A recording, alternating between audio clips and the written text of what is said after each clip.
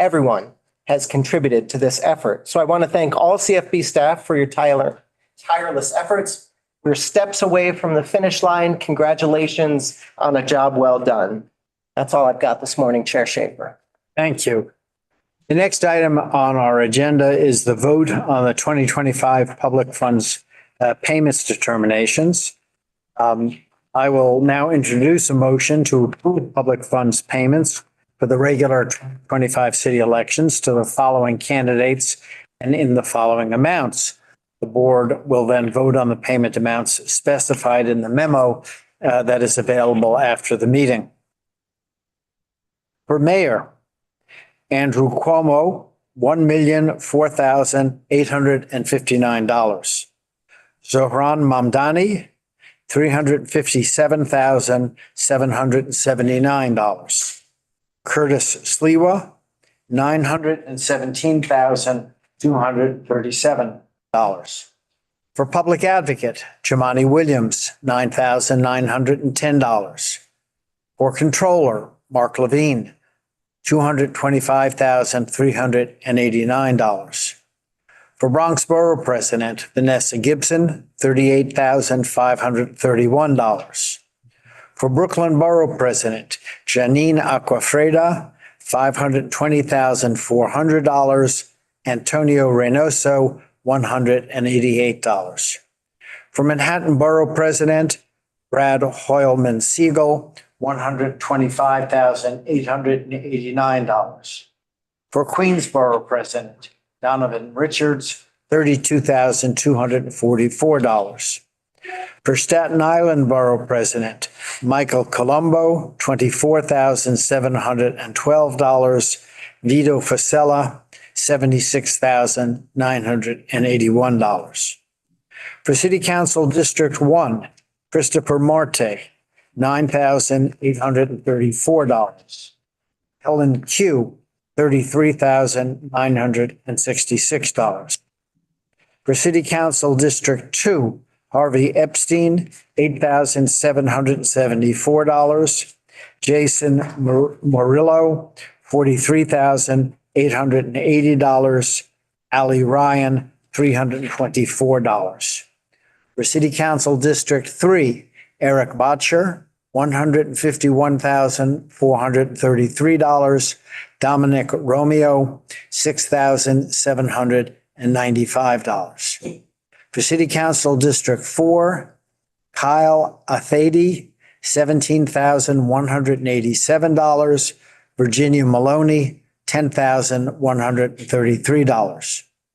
For City Council District 5, Alina Bonsell, $73,209. For City Council District 7, Sean Abreu, $23,168. Adafe Okporo, $4,945. For City Council District 8, Federico Colon, $19,127. For City Council District 10, Carmen De La Rosa, $2,533. For City Council District 11, Eric Dinowitz, $10,034. For City Council District 12, Kevin Riley, $3,658. For City Council District 13, Shirley Aldeball, $76,694. Christy Marmorato, $13,057. Joel R. Rivera, $1,527. For Council District 15, Oswald Felice, $5,120. For Council District 17, Justin Sanchez, $19,442. For Council District 19, Benjamin Chu, $19,476. For Council District 20, Sandra Ung, $9,898. Stephen Wang, $4,000. For Council District 23, Linda Lee, $10,674. For Council District 25, Shekhar Krishnan, $62,182. Ricardo Pacheco, $2,960. For Council District 29, Lynn Schulman, $10,133.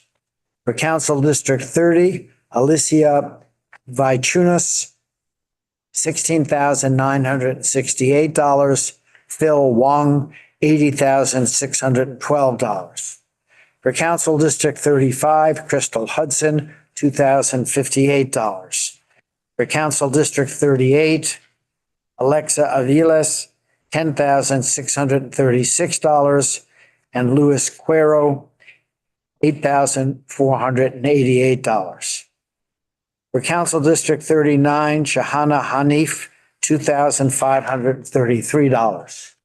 For Council District 41, Yehuda Schaefer, $13,400. Council District 44, Simcha Felder, $53,235. Harold Tischler, $10,125. For Council District 45, Elijah Diaz, $182,768. Hatem El Gamasi, $34,651. For Council District 46, Mercedes Narcisse, $19,251. For Council District 47, Kayla Santo Suoso, $16,599. George Sarantopoulos, $13,541. For Council District 49, Sarah Bloss, $52,776. Camila Hanks, $18,923. John Shea, $12,182. Council District 50, David Carr, $26,401. Radhakrishna Mohan, $31,905. For Council District 51, John Buthorn, $1,110. Clifford Hagan, $10,133. Frank Morano, $35,348. This motion also includes the board's decision to deny public funds payments to other participating candidates who are ineligible at this time. Immediately following the meeting, the board will make public a list of those candidates and the reasons for their ineligibility, as well as any candidates who have declined public funds payments at this time. Candidates who have been denied payment today have a right to appeal that decision. I will be recusing myself from the vote regarding Andrew Cuomo, but I will be participating in the vote regarding all other candidates. Additionally, Board Member Richard Davis is recusing himself from the vote regarding Mayor Eric Adams, but is participating in the vote regarding all other candidates. So that is the motion. Is there a second? Second. All those in favor? Aye. Aye. Opposed? Abstentions? The motion carries. We have several enforcement matters today, but only one appearance. So I'll call that candidate, Athena Moore, to come forward, and for the staff of the CFB who have handled that matter to also have a seat at the table.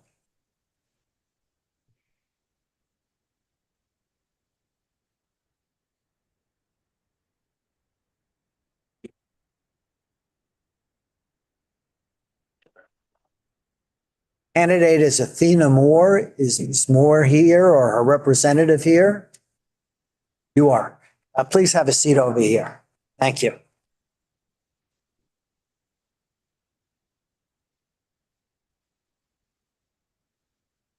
Would you like to introduce yourself? My name is Casey Hill. I was the treasurer for the Athena Moore campaign for 2021. Thank you. So let me just describe how we proceed. I'm going to ask the staff of the CFB first to just explain what the issue is before us. It's not really an argument. It just sort of tees up the issue.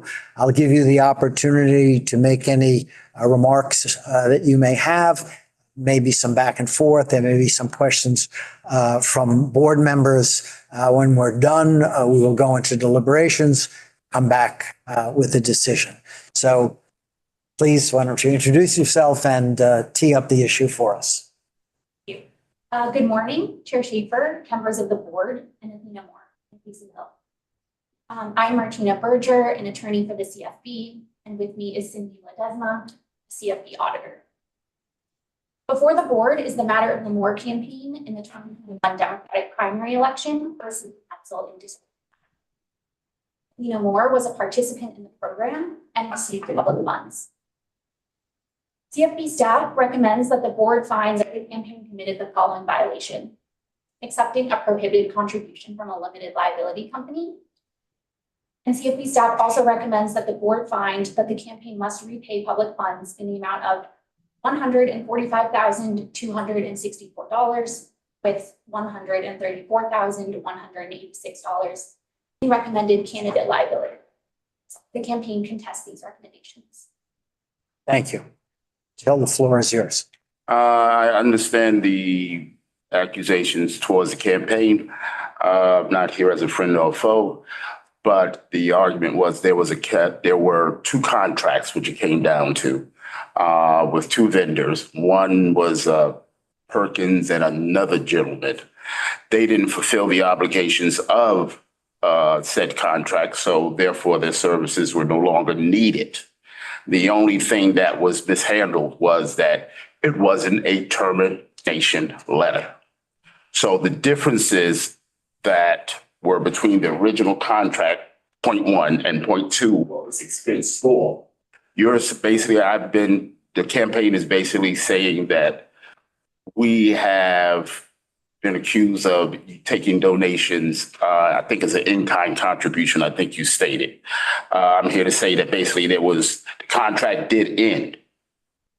And a matter of a clerical error of somebody in the campaign not filing a termination letter basically created this. And again, I want to say that at no time, point, or lifeline of this campaign did we use any contributions in the matter of in-kind from a LLC or any other type of business association. Mr. Hill, the staff explained that if there was no contemporaneous termination letter, there are procedures for establishing after the fact a written record of this, and we have received no written record of this. Do you want to address that issue, please?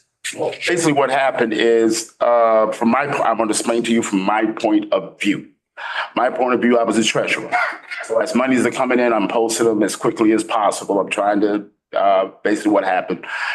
Somebody dropped the ball, and when the two vendors were no longer needed and didn't fulfill the obligations, that's when they were let go. If you would look at the records, you will see that there was no other monetary benefit that was provided to the campaign.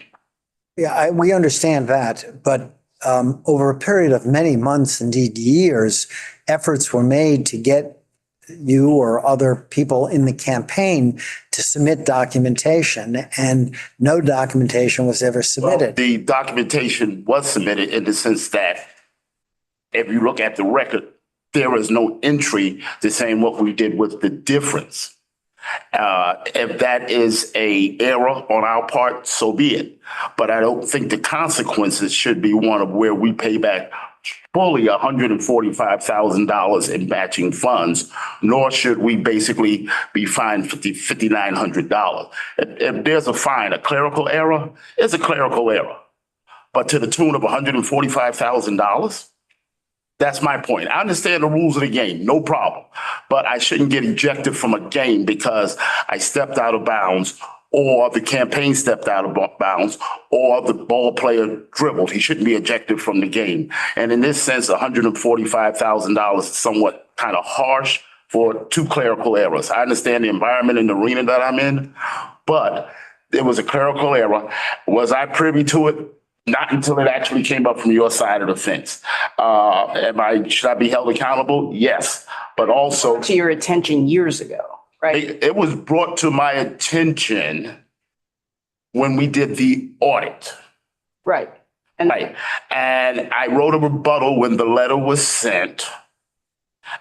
basically addressing those two clerical errors, which were in my viewpoint, a clerical error. There was no, if this was an individual, nothing would ever be said.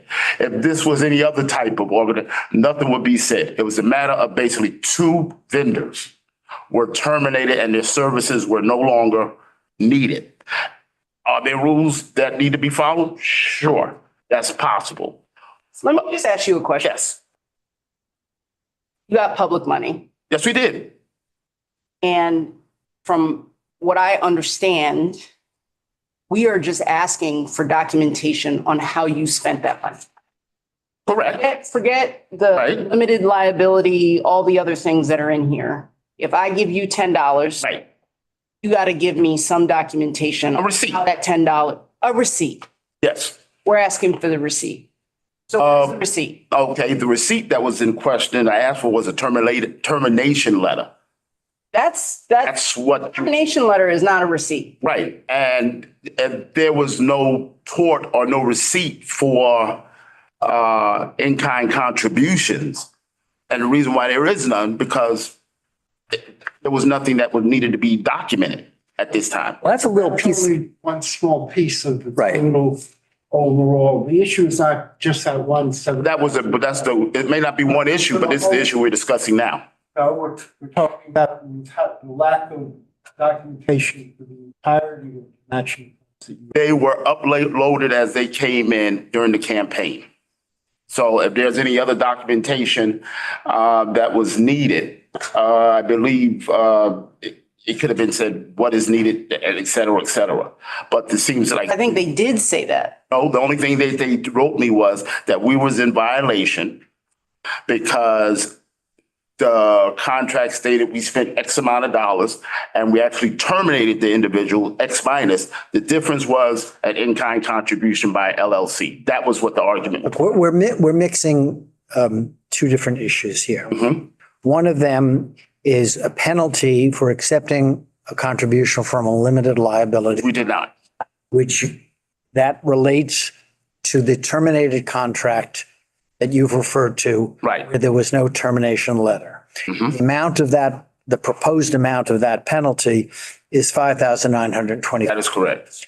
In your discussion, though, you then moved over to a reference to 145,000. Because the penalty was at Finish. 145. That's not a penalty. Okay. That is a repayment obligation. And with respect to that repayment obligation, the evidence is that there is a complete failure, an utter failure. This is not a clerical error we're talking about here. We're talking about a complete failure to document expenditures. Many expenditures, many vendors over a long period of time. And the staff of the CFB, this is $145,000 of public money, which must be accounted for. And the campaign utterly failed completely to provide documentation as to those expenditures. And that's not a clerical error. The argument that was brought forth to me was those two vendors. As far as expenditures, they were uploaded in a timely manner. So you're saying there were receipts? There were receipts and they were uploaded. I want to put aside the $5,925 for that's the penalty Right. for what you say is the in-kind contribution. Let's put that aside. I want to focus on the $145,264. Mhm. You're saying that you have uploaded receipts. Let's just use the word receipt. Every filing period. Every filing period. For $145,264 of how you spent public money. Every filing period. As a matter of fact, there was a notation, I think you sent it, Ms. Berger, where it showed where we had noted expenses of a little bit over 100 and some odd. So the accountability is there. Okay, so then I want to turn back to the CFB staff and ask them, we're about documentation, let's just use the word receipt, that establishes how the public funds were spent. What has the CFB received? So I think the kind of large issue with this expenditure deficit, qualified expenditure deficit is just like an overall lack of documentation about many different transactions, or very, very minimal that is not sufficient for us to, establish kind of what exactly happened with a given transaction. But what do you have? For specific transactions. If you can go or- through each, I mean, you've given us a breakdown of each of the major expenditures. I think there are 5 or 6. If you can outline what you have received in terms of documentation. Mr. Hill is saying that, so what I want to understand, is it an issue of sufficiency? Or is it an issue of he hasn't given us anything about how he spent $145,000 of public funds? Those are 2 very different things. Yeah, so I think starting with kind of the larger expenses to millennial strategies, for a couple of those, we have a check. We don't have anything else. We don't have like a contract, invoices, information about kind of what was done with the money paid to millennial strategies. But the check was cashed. The check was to Millennial Strategies and it was cashed. But we don't have a corresponding contract with that check. Correct. Okay. If you can go to the next expenditure. And yeah, that is generally the need for most of the expenditures. We can sort of continue, I think, for engaged voters, or missing everything, not only the check, but, a contract, information about the communications, and invoices. So for that, the expenditure may have been reported, but we really don't have any documentations. And I think it- ask the campaign for each of these things. Correct. I think it would be helpful for our deliberations for you to go through each one and outline specifically what you have received. Right? And So- what you require. Yeah. Okay, so we've got 2 so far. Why don't you do the remaining 3 major ones? Um,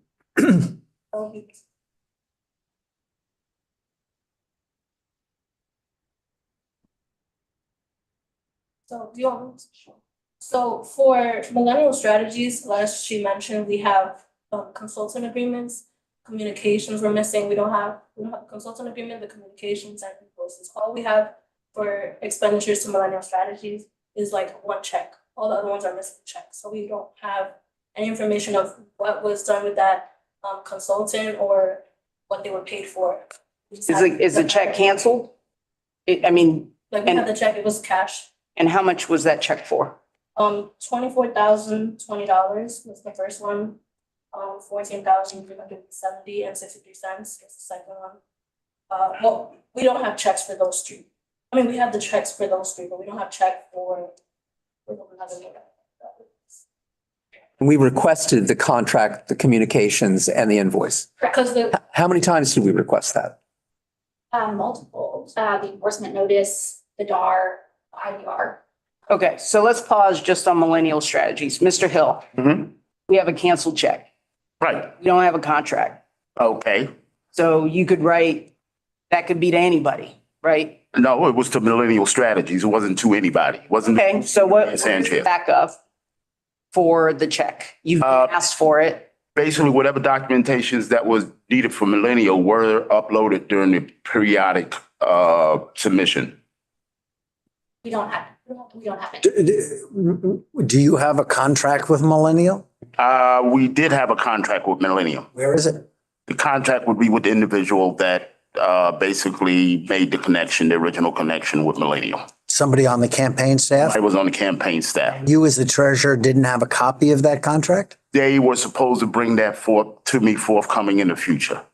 And you never got it? Well, basically, you have to remember and go back to 2021. I wasn't able to go up to the facility and basically do a person-to-person contact due to the stances that we were basically coming out of COVID. Right, but scanners and computers and the US mail were all functioning in 20. Right. And the individual, unfortunately, the individual that made those contacts with the vendors is no longer living within the state of New York, and I was unable to contact him. But you can contact Millennial Strategies. I could, but, and I will have to look up, but I assume that it was basically uploaded. Also, what happened is that we used a email address I think it came from the GoDaddy company, where all our contracts were uploaded into that area. And then upon the end of the campaign, that account was closed and I was unable to get in touch with the administrator. When you received notice that the CFB staff required a copy of the contract, did you get in touch with Millennial Strategies? I got in touch with the gentleman who basically made the initial contract. But you didn't get directly in touch with Millennial And Strategies? that might have been on my having too much confidence in one individual to do his due diligence. But then you couldn't reach him, so why didn't you reach out to? I should have done that, but these errors don't amount to 145,000 due to the fact that the check written to Millennial did not basically was no error, no arrears, no problems. It was basically deposited by Millennial. And during that time, we were also told, don't worry about it. We can get that upon, we'll ask for those things upon the audit. And by that time, things were shutting down. The bank account was shutting down. The email that we had was shutting down. So I was unable to access any of those things. You went to, says, okay, I went- different trainings that explain that we need certain kinds of documentation.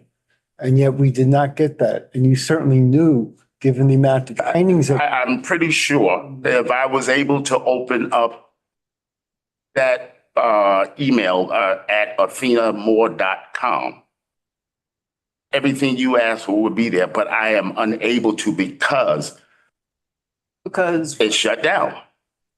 The system shut down. Well, Our system hasn't. access the Athena Moore email. I don't have access to it, and I did reach I didn't out. ask you if you did. You're the only one appearing today. Yes, It is for the Athena Moore campaign, correct. of which the candidate is jointly and severally liable. I hope that Athena Moore knows that, that she is also liable for whatever penalties or repayment that the CFB issues.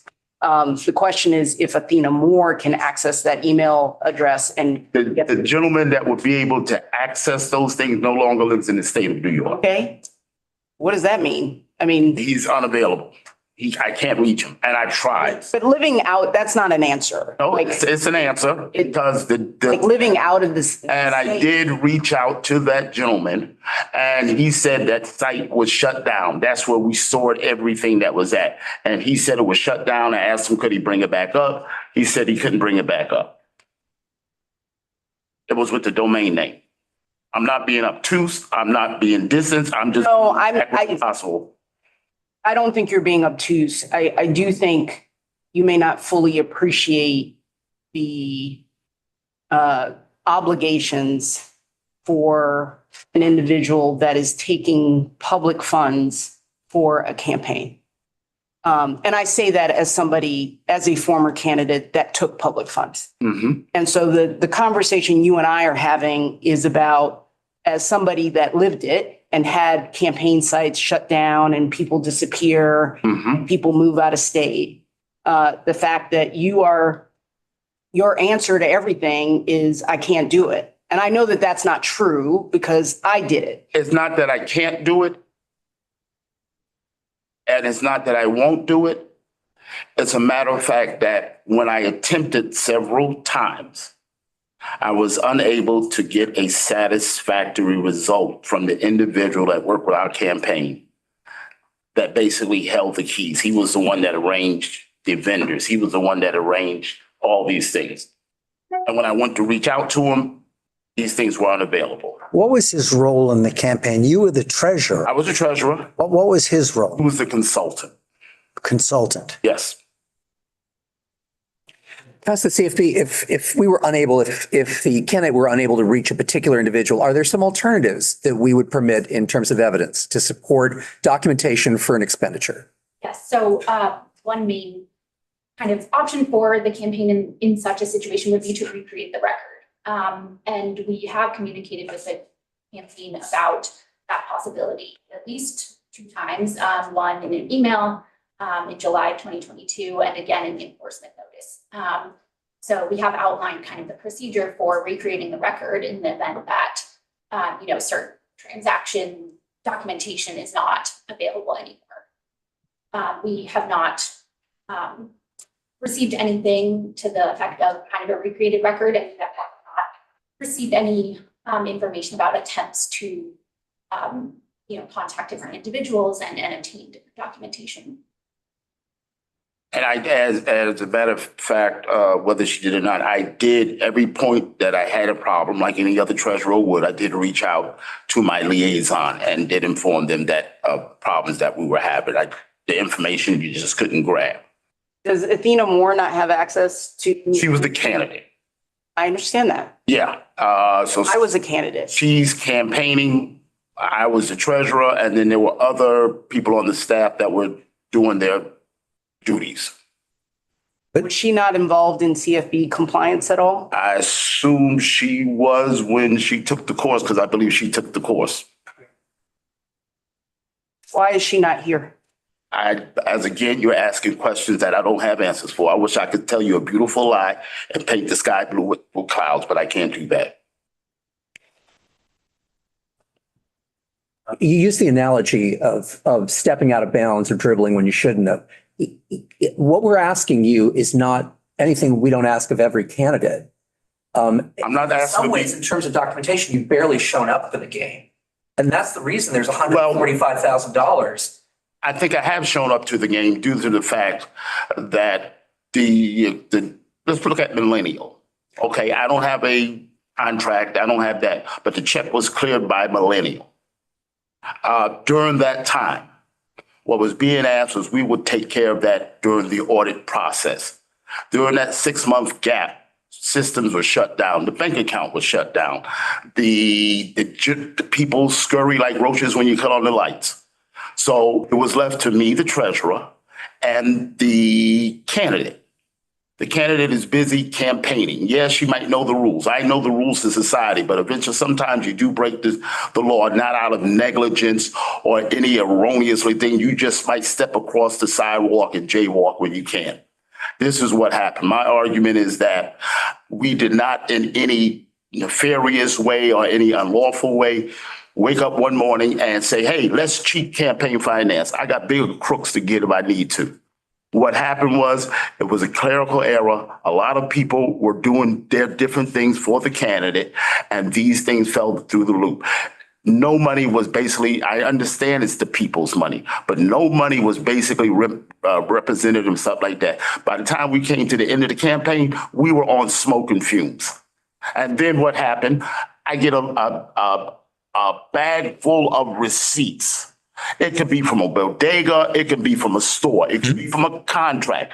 It's all was loaded into the campaign's website. When that shut down, I lost access to anything. I called the person that created it. They said there was no way to get this as far as any documentation or any procedural things that you could do when there's no documentation. I can't recall when any procedural strategy or system was presented to me. Let me ask you After a the question. camp, What you saying today that you have done what you can do? There is nothing else that you can do to provide the documentation that the CFB has requested of you over the last several years? None at all. Or even the alternatives to the normally required documents. If I can't say I've done everything, like I said, I'm not a prophet, nor do I walk on water, but I can say I've done my due diligence. Let me ask. Here's the thing. After the campaign was over, and I understand campaigns are hectic affairs, but after the campaign was over, and more than 3 years ago, the staff of the CFB informed you of ways in which you could recreate documents that would satisfy you. That was not done. And neither you nor the candidate did that. Why? Well, number one, like I just told you while you was basically speaking, I apologize for that. There was no procedure that I was aware of where you could basically recreate a system other than if there's no documentation, if there's a website canceled. That was not The presented. CFB in its communication told you what they Nope. needed Not. and how to recreate the I was- documents. I was not made aware of it. Maybe it went to somebody else in the campaign. Who was Oh, the I'm sorry. communication sent to? And then I think Rich is trying to get in. Yes, I just had a quick question. I noticed that some of the unqualified expenditures involve payments to you where there was no contract. Is there any reason why? Oh, I'm the treasurer. I get paid. No, but is there any, but My I treasurer understand, wasn't but is there paid. any reason why? God bless him. He did it because he likes you. Excuse me, Mr. Dale. Is there any reason why you as treasurer didn't enter into the required contract? Because a lot of treasurers are not paid. If you were going to be paid, is there any reason why you didn't enter into a contract as would be required? That, as a matter of fact, there is a contract. Well, why wasn't it? Do we have it? Every document, and every contract, and I'm saying this again, was basically transferred to the campaign's website. Upon the completion of the campaign, that website was lost. I know the administrator, I did reach out to them. There's no way to retrieve it, as they told me, and that's what happened. That's your contract. You should have a copy of that. That's not a third party. That's yours. But you know what? It never came up in your solicitation of accusations, but there is a contract. Did it was never ever asked. come up, his contract? we don't have a copy of it. Did you ask for it? No, you did not. It would have been, I'm not sure, like, if you specifically. I rest my That would case. have been, It's on the list. in- It is on the list. Yeah, it would have been it is on the list of, Those things were done at the beginning of the contract. There's a copy do I have a contract? I probably do have one in my files. It's included in the list of expenditures that are not qualified. The code on those expenditures to Mr. Hill notes that there is no contract on record, which was provided in the enforcement notice. All right, if there are no further questions, I'll give Mr. Hill one. Did you have a question? No. Is there anything further you would like to say, Mr. Hill? My overall statement is I understand why you create these rules. I understand why you create these regulations. This is the people's money. But I do understand my responsibilities, and I do understand the integrity of the system. What I'm saying to you is that at no time, other than a contract, which is mine, I do have it and probably have it in my possession. I have several formatted contracts, so this is not my first time as a treasurer. But I understand also the rules, but I do understand the spirit of said rules is to prevent any malice, any criminal acts, or any fraudulent activities. And I'm here to basically say that, there were mistakes made. But at no point in time were those mistakes made with the intent to basically obstruct, to prevent, to hide, to make some type of monetary gain during this campaign. I mean, 191,000 is the cap, I believe. I don't think you can live that long in New York City, so I don't really look at that as more trying to rob the system. Were there some things done wrong? Yeah, there was a lot of moving parts coming through that campaign. I do admit that. A lot of times we did not talk to each other. But at no point in time was this an act of where we were trying to hide, did not respond in a kindly fashion, or tried to avoid. Thank you. So you're not actually being accused of that. Neither you nor the candidate nor the If campaign. you're telling me, Finish for a second, if I may. go ahead. Neither you nor the candidate nor the campaign is being accused of anything nefarious, to use your word. This is just a repayment of public funds that were paid, and the documentation was utterly inadequate for about a dozen of them. And Okay, may I ask you a question? please. Shouldn't that have been caught at points of submission of what was asked for? It was caught at the beginning of the audit. No, nobody ever asked me, we need for you to submit your contracts. The candidates, the campaign manager. So I went on doing my procedure of being the treasurer in a manner until there were other people in the campaign. I wasn't the one all, even though it comes down to my drink. The initial document request was in 2022? Correct. I believe so. Yeah. You were asked in 2022. July 22. All right, I think we've heard all that is useful for us in this matter. At this point, I want to thank you for your appearance and thank our staff for its always diligent work. We're going to go into deliberations and we'll be back in a little while.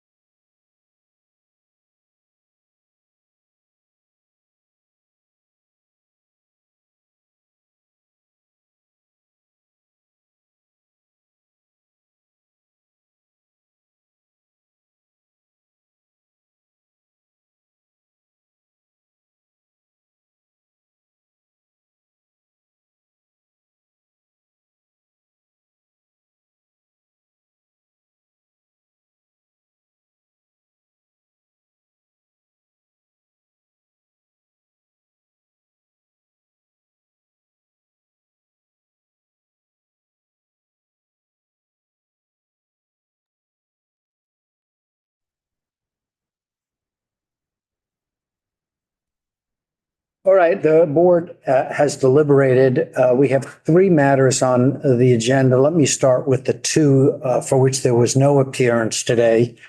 The first, the candidate was Darlene Jackson.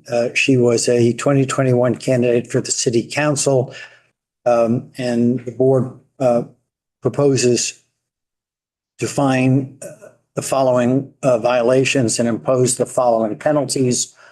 One, accepting contributions from corporations, limited liability companies, or partnerships, $4,500.